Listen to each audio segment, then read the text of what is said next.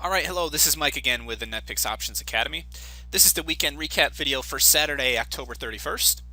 So I apologize for not getting out the midweek recap video on Wednesday.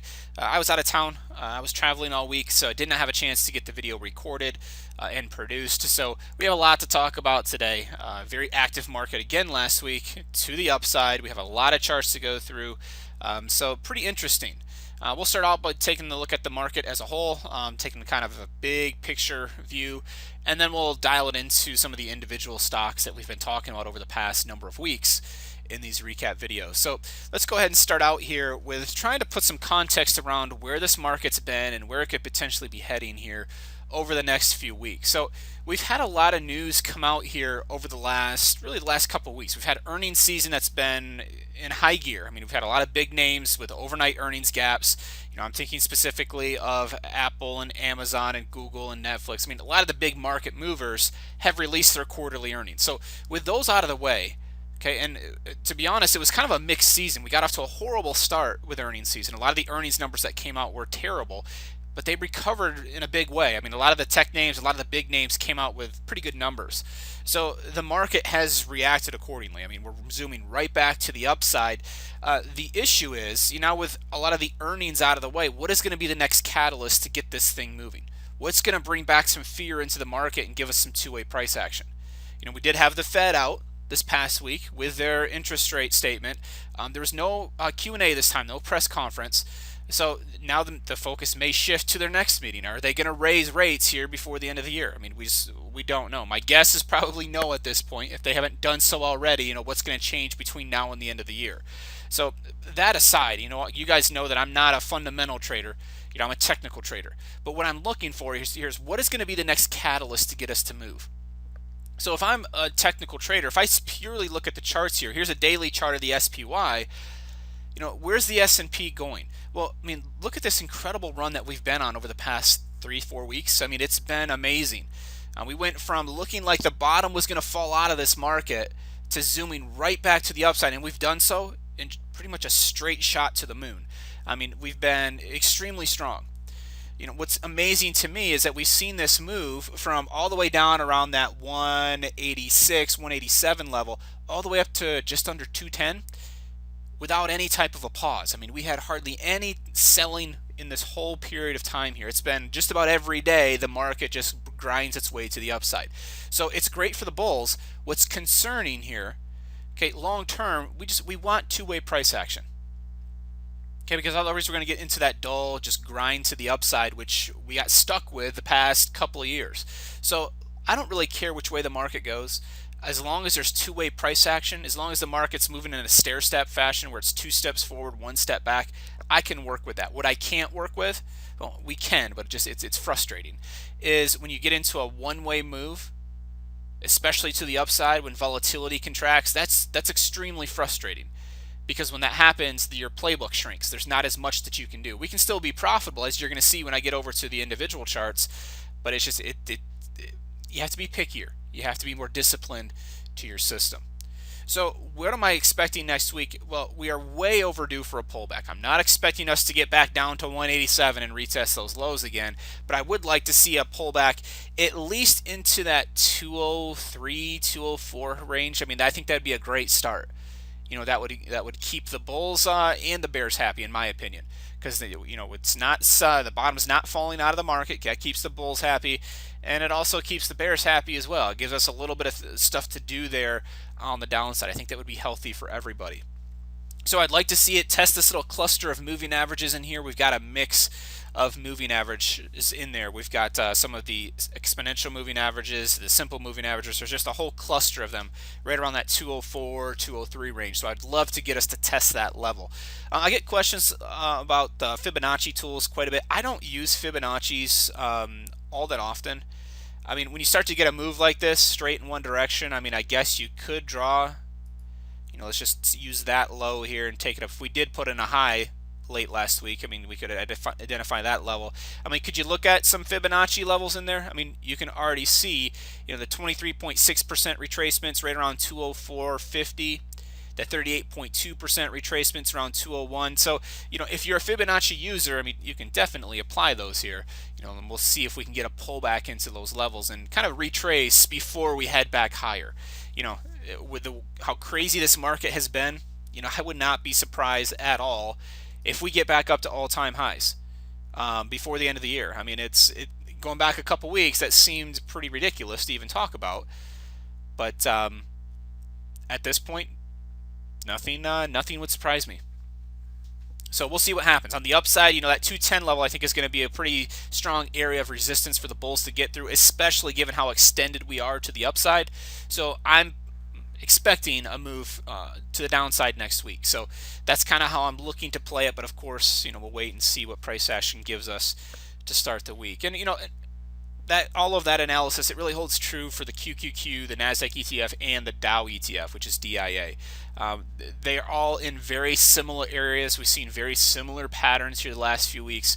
They're all pretty much in sync with each other at the moment. So, heading into next week, I mean, do we still have earnings? Yes. A lot of the big names that we track, at least, have already released, but we'll definitely want to be cautious, and we don't want to get blindsided by those overnight moves.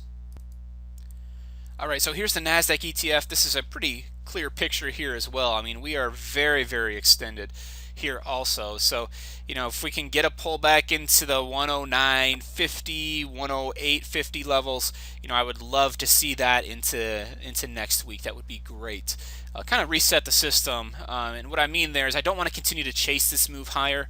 What I've been doing on the upside is I've been taking very small position sizes. I've been trying to be pretty conservative, and I'd like to stay that way until we get a pullback. So if we get a move to the downside here into the next couple of weeks, I will start to ramp up my position size again. But I want to protect a lot of these profits that we've had over the past couple of weeks. So that's going to be my approach pretty much across the board. And you can see here on the Dow, we're just kind of hovering right around that 200 period simple moving average, right around that 175, 176 range.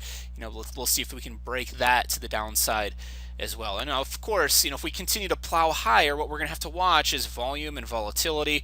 If they continue to contract, I think it's going to be difficult to find a new round of buyers here. I mean, everybody that wants to be long seems to be long at this point. So, we'll see what happens over the next couple of weeks. So if we take a look at the VIX, let me pop over to the full platform here. You can see the VIX is at right on that 15 range. I mean, we got down into the 14 handle. We were briefly in the 13 handle. So what that's telling me is that the fear is being sucked out of this market. And when you get into that level of no fear, where it's just massive complacency, that's when you can typically see some pretty quick moves.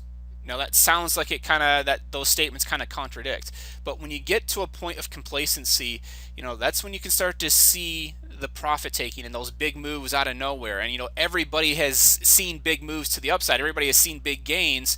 When people try to lock in those gains, we could see that run to the exit. So I'm expecting, at least in the near term, we could see some decent two-way price action. Okay, I would love to see that VIX move up into the high teens to low 20s, because when that happens, it really opens up the door for more opportunities for us.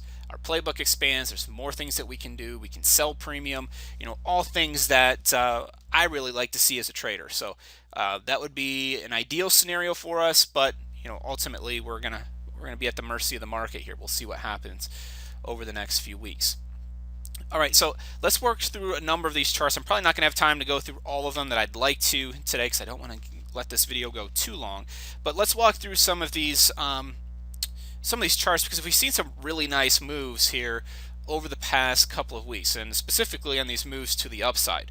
So let's talk through some of these. Let's start out with XLE, because this was a trade, going back to our previous video, this is a trade that we've been tracking. It was our move to the downside.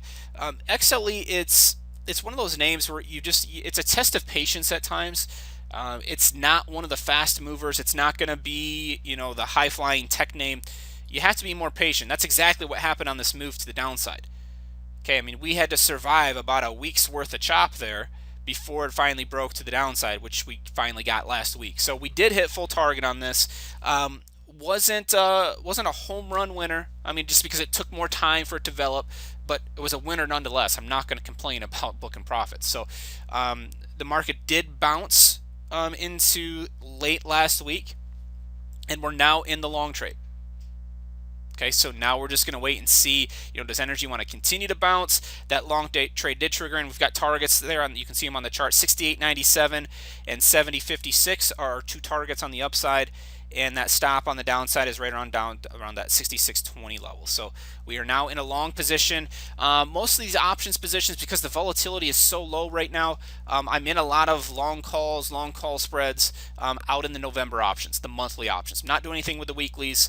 I would love to sell premium here. It's just the options are too cheap. I can't collect enough premium that to really get me interested there on that side of things. So we'll see what happens here on XLE next week. We'll track it and pick it up on Wednesday of next week, see where things are at. Let's also take a look at the financials. We talk about these names all the time because, like we've said, it's very difficult for the market to make a big move without participation in of the financials. Okay, so going back to the last couple of trades, we had this whole cluster of setups in here that I'm circling. Those were earnings related, and we did not participate in those. We did have this short trade that did not end up working out. We had a loser right here. The nice part about the system, even though it's no fun taking a loser, we followed it up with a quick winner. Okay, and that one closed out on Thursday of last week. So a nice recovery there. It's always nice when you can battle back from a loser pretty quickly. And now we're flat. So notice how accurate the system picked the second target. I mean, we almost hit that second target to the tick before flipping around, and we did see some weakness out of the financials to end the week. So great to see that we did hit full target, and now we're flat. Notice the sentiment indicator is about to flip over the zero line. We're about to head lower. So if we get that thing to go red there, we'll be looking at a new short setup. My guess would be it'd probably take another day or so of selling to get a short setup. So we'll see if that prints for us here into next week. Citigroup is the other one. So financials, going back into last week, they were really leading the charge to the upside. Unfortunately, on Citigroup, we did not quite hit the full target. I was at 55.43, but we did have a trailing stop in place right around 54.50, and that's where we got taken out. So it was still a winner. Again, not going to complain about a winner. Anytime you can book profits, we'll consider that a victory. So we are now flat. We have this short setting up into next week just below the 53 level. So right around 52.90 is where I'm interested in initiating a new short trade. When I say short, I'll be looking to buy a November long put there if we trigger into that trade on the downside. So we'll see if the financials can lead a charge to the downside into next week. Now heading into some of the names that have had earnings releases, it's tricky because when you start to get those 10-15% overnight gap moves due to an earnings release, it becomes tricky knowing when you should get in and when you should get in sync with the charts at that point. So what we decide to do when we see a big move due to earnings, a lot of times what we will do is sit it out, let things just kind of play out a little bit for a few days, let things settle down, and then jump in and get in sync a couple days after the release. What happens after an earnings number? The volumes shoot through the roof. You see, is a 10% overnight move? Is that a normal move for many of these names? No. So we want to wait for things to get back into a normal trading environment. So we did that here, and you can see Netflix after the earnings move wasn't the quickest move to the upside. I mean, we had to be a little bit patient. It wasn't one of those overnight moves, but you can see clearly that we did close out of our full winner on the upside last week. So this one took, actually I shouldn't say it wasn't any longer than typical. I mean, it was about a week's time for this trade on the upside. So we caught it. We filtered out some of the earnings movement, and obviously we waited a few days and took this long trade and did work out. So long call spread out in the November options was the way to play it, and that was a really nice winner for us. Pretty typical winner as far as the size and percentage return on the options. So really nice move for us there on Netflix. Now we have a new long trade setting up just above the 110 level. The system's giving us the entry point at 109.90. I'm going to adjust that up above 110. just to try to be cautious here. I don't want to continue to chase this move higher, if I don't have to. So we'll see. We'll see if we can pick up on Netflix here next week. Amazon and Google. I talked about these to our students. You can see Amazon. Let me zoom out a little bit. So you can see we saw the big move up after earnings.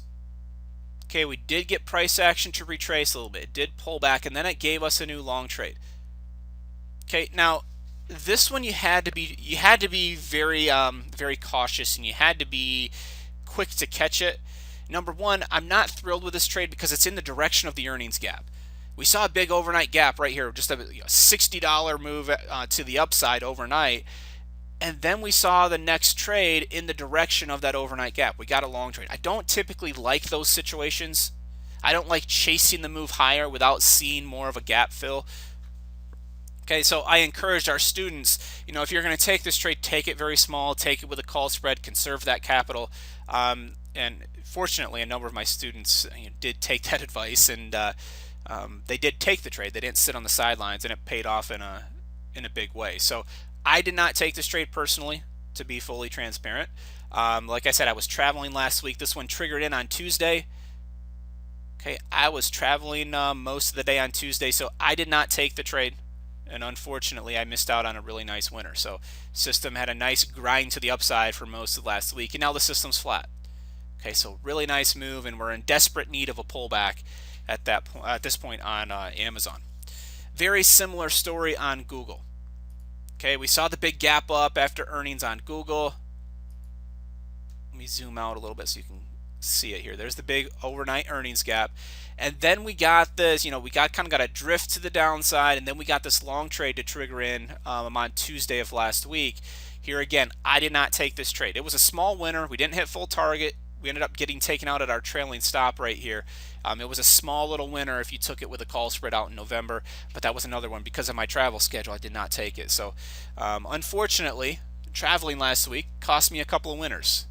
It's always nice when you miss out on the losers, but never fun when you miss out on those great winners. So now we're flat heading into next week on Google. Some of the ETFs that we've been tracking, gold. Zoom out here a little bit so you can see it. We've had a nice little run. We had a nice move to the upside there on GLD. Really nice return there on the calls. I'm just trying to check. I believe it was right around a 60% return there on some November long calls that we had on. And then we followed it up. We then got this short set up, and this one made some really nice progress for us. We triggered in midweek on Wednesday, did hit first target into the end of the week. So now our stop's at break even. We've moved that stop down. The full target's at 108.62. So now let's see. Let's just kind of see what happens next week. A gap down on Monday morning would be phenomenal. Be able to book that profit for us. So worst case, we've reduced the risk. So that's also a good position to be in. Another name that I don't personally trade, but I have a lot of students that do still to this day, is Chesapeake. I don't like trading it because it's so cheap. We're down into the 7 handle on Chesapeake. So I don't like trading those cheap names. I find it's difficult to do things like make adjustments and make key level adjustments. You don't have enough room to do so. So not one of my favorite names, but you can clearly see that we did have a full winner on the downside on that short trade. So wanted to throw this one in there because I know I've got a number of students that like to trade this name. So nice move to the downside there on Chesapeake. Let's take a look at the index products also. I'm just trying to skip around here as much as I can across my personal watch list. SPY, let's zoom out here a little bit. We came off of the full winner. Let me zoom out even further because you can see that it's been a heck of a move here. I know it's a little bit too far out, but you can clearly see, we've had winner after winner on SPY. It's actually been, the month of October has been one of my best months ever on SPY. It's just been great. This move to the upside, full winner, partial winner, full winner. It's just been phenomenal. Now, we're in another long trade that did trigger in last week. I'm not thrilled with this setup because I do think we're extended. I do think we're due for a pullback, but it's a valid system trade. Targets 210.20, 212.33, the stop down at 205.57. So, this trade here, when you start to get extended in a move, I'd like to be very, very cautious. Very small position sizes, call spreads out in the monthly options, just to try to protect all this profit that we just talked about. I don't want to give all this profit back up, trying to chase the never-ending move higher. So let's go ahead and be cautious here. You want to take the trade because ultimately the market can do whatever it wants, and it could continue to move higher a lot longer than what we anticipate. So, we'll just see what happens here next week. I would love to at least hit that first target, be able to reduce that risk, but Friday's afternoon sell-off didn't really help matters there. QQQ, after our really big winner to end the week, the previous week, we didn't have anything to do last week. I mean, it was just kind of that slow grind to the upside, so we didn't get a single trade there last week, and I'm fine with that. I really don't want to chase this move higher. So we're currently flat on QQQ, and we'll pick that one back up here next week. See if we can get some selling pressure to get a new setup there. Let's take a look also at Apple, and then I'll move over and take a look at one of our previous trades of the week. So we had our earnings out on Apple last week. This was a trade that was right after earnings. I did not take this trade. It ended up being a partial winner. It just got taken out right around the close on Friday. But again, I don't like to jump in immediately after earnings. I like to give those names, at least a day or two, let things settle back into normal. So I'll be looking for a new setup here early in the week, next week, on Apple. So just a quick recap on many of the names that I trade. A mix. I mean, we had a lot of nice winners. We had a few losers mixed in there, but all in all, a profitable week for us last week. Let's quickly take a look at our trade of the week that we talked about a couple weeks ago. Let's go over to the trade page here, and let's take a look at OIH. So this is one of the oil ETFs, and going back, some of you reviewed the trade of the week video that I did, and we looked at OIH, and we were looking at putting on an iron condor out in the November monthly options. And what that looks like, I know it's a funky name. What we did, it's very basic. We sold an out of the money call spread and an out of the money put spread at the same time. So what we did, let me right click on the November 32 call. I'm going to go down to sell, and I'm going to select iron condor. Now I need to make sure to adjust the strikes here. Okay, we sold a 32-33 call spread, and we sold the 29-28 put spread. We collected 54 cents when we put this trade on. Okay, it's now trading for 40 cents. So we've got about a 14-cent profit on this trade. What do we want to have happen here? We want this thing to close in between our short strikes. So we want it to close in between 32 and 29. Okay, to be exact, it's around 32.50 and 28.50. Because we have to factor in the credit that we receive for putting the trade on. So we're still inside of that profit window. We have seen volatility decrease a little bit. We've also had, when we put this trade on, there was over 30 days left to expiration. So we've had a couple of weeks of time decay add up as well. So that's where the profit is coming from. We're going to continue to hold this trade. Okay, ideally I would like to hold this trade another 10 days or so. And over those next 10 days, I would love to see this price finishing between 32.50 and 28.50. As long as that happens, you're going to see this number shrink considerably, and that would give us a nice profit. So just wanted to give a quick update there. I'm holding the trade, nothing to do. Nice winner there on the iron condor. So again, regardless of what the market's doing, there's always something that we can do. We don't have to be 100% bullish or bearish all the time. There's trades that we can put on that actually allow us to benefit from a sideways move. So that's the trade there on OIH. All right, so again, I want to keep this video relatively short. I'm going to wrap this video up here. Heading into next week, don't expect the bulls to give in and just throw in the towel, after one little move lower on Friday. So, I would expect a slow open to the week. And I expect at least one more attempt at a rally out of the bulls, and then ultimately I'd like to see some of those support levels tested on the index products, the ones that we talked about right at the start of the video. So that's the way that I'm going to play it. I've got some open positions on the upside, some small position sizes, and I'd really like to ramp those back up. This position size, I'd like to ramp those back up if we can get some two-way price action to kick back in. So fingers crossed, we'll see if that develops here heading into next week. So enjoy the weekend, everybody. I will be back on Wednesday of next week with the midweek recap video. So until then, happy trading, everybody, and we'll talk to you on Wednesday.